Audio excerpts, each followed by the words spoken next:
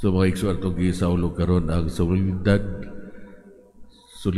sa pagpasaka sa langit sa tuang mahal nga Birhen Maria. No? So duha ra gyud ka tawo ang misaka sa langit lawas o kalag. No? Ang ato ang Ginoong Kristo, ang atong maunubos, ang ato ang mahal nga inahan, ang mahal nga Birhen Maria. No? Sa makaigsunan sa panahon nga mamalandong kita sa tuang mahal nga Birhen Maria, diha sa tuang balaang kasulatan, dayag kaayo ang iyahang pagpaubos. Siya nagpaubos nga misugot ngadto sa mensahe sa anghel. Sulugoon lamang ako sa Ginoo. No? O karon nagdali siya og iyahang gibisita ang iyang igagaw nga sa Isabel nga nanamkon bisan diha sa iyahang katigulangon. Gibisita siya aron iyang matabangan ang iyang igagaw sa iyahang mga panginahanglan. So bisan pa sa iyahang pagbuntis, wala niya idubili ang iyang kaugalingon sa pagbisita sa mga nanginahanglan sa iyang palibot. Ang iyang kaayo konkreto o diha-diha dayon. Ang dali nga pagtubag ni Maria mao ang bunga sa iyang pagpaubos. Ang iyang focus dili ang iyang kaugalingon. So anindot kini nga paningingdan sa ato ang mahal nga Birhen Maria nga ato ang mahuptan sa tagsa-tagsa nato nga kinabuhi. Iyahang kanunay gipakita ang iyang kinaiya sa pagpaubos nga pagpangalagad sa tibuok niya nga kinabuhi. Iyang gipaambit si Jesus uban sa mga magbalantay sa mga karnero o sa mga hari sa Bethlehem.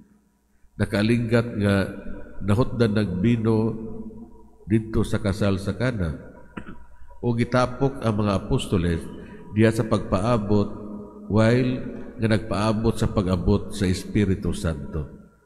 So mga igsoon, kung naaklaro ang atong focus ug diha sa ato ang pagkamatuon ug diha sa atong pagkasinagup nga anak nga anaa ang ato ang pagpaubos, dali kayo ang atong pagtubag sa panginahanglan. No?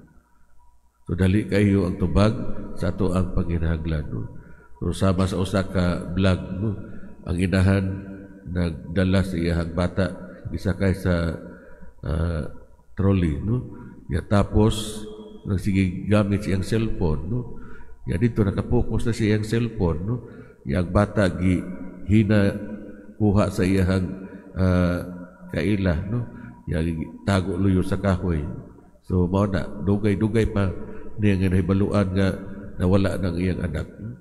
Ug mausap ka na isip mga inahan, no? Say bag-o patang nakagamit sa cellphone, no? So nagluto ta, no? Ya tapos wala na ka, out of focus na, no? Nasunog na di ay ang imong linuto, no? So mao ka na siya makaigsunan, no? Ug diha usab sa ato ang family grouping o pundok banay sa ato ang BEC, no? Ang ato ang pakigduyog panaw sa matag usa klaro nga atong masinati, no? Kung kada ato ang gitagaan o pagtagan, ato ang giamuma o gipangga ang ato ang pundok banay, no?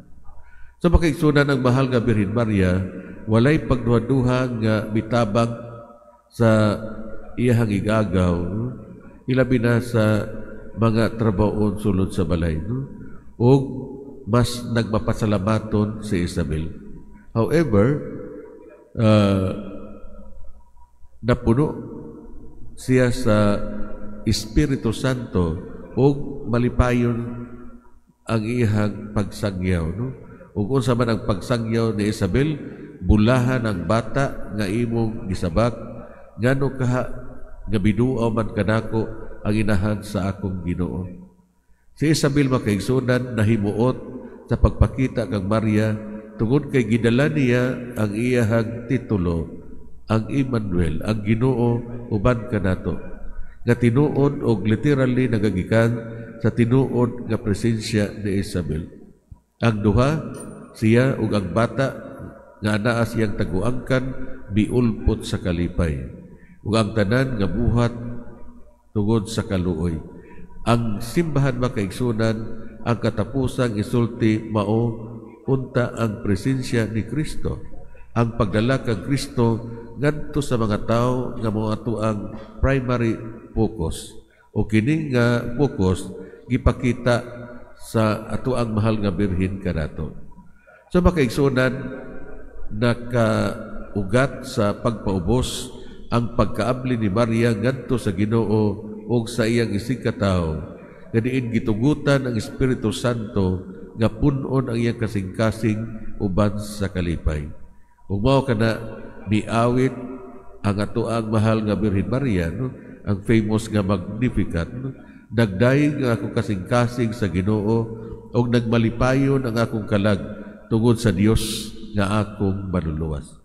So ang awit ni Maria, ang Magnificat, usa ka pagtilaw sa malipayong pagdaig, sa malipayong nagdaig nga mga kalag nga ihatag ngadto sa Ginoo diha sa langit. So isip mga Kristiyano, niining kinabuhi-a kita sa kanunay ug malipayong pag-awit sa mga pagdaig sa Ginoo. No? So siguro pangutan-on nato atong kaugalingon karon, no? Sa daghang mga gasa nga gihatag sa Ginoo kanato, giunsa man nato pagpakita ang atong kalipay o pagpasalamat sa Ginoo. May palihog atong baguhon atong pagtuo.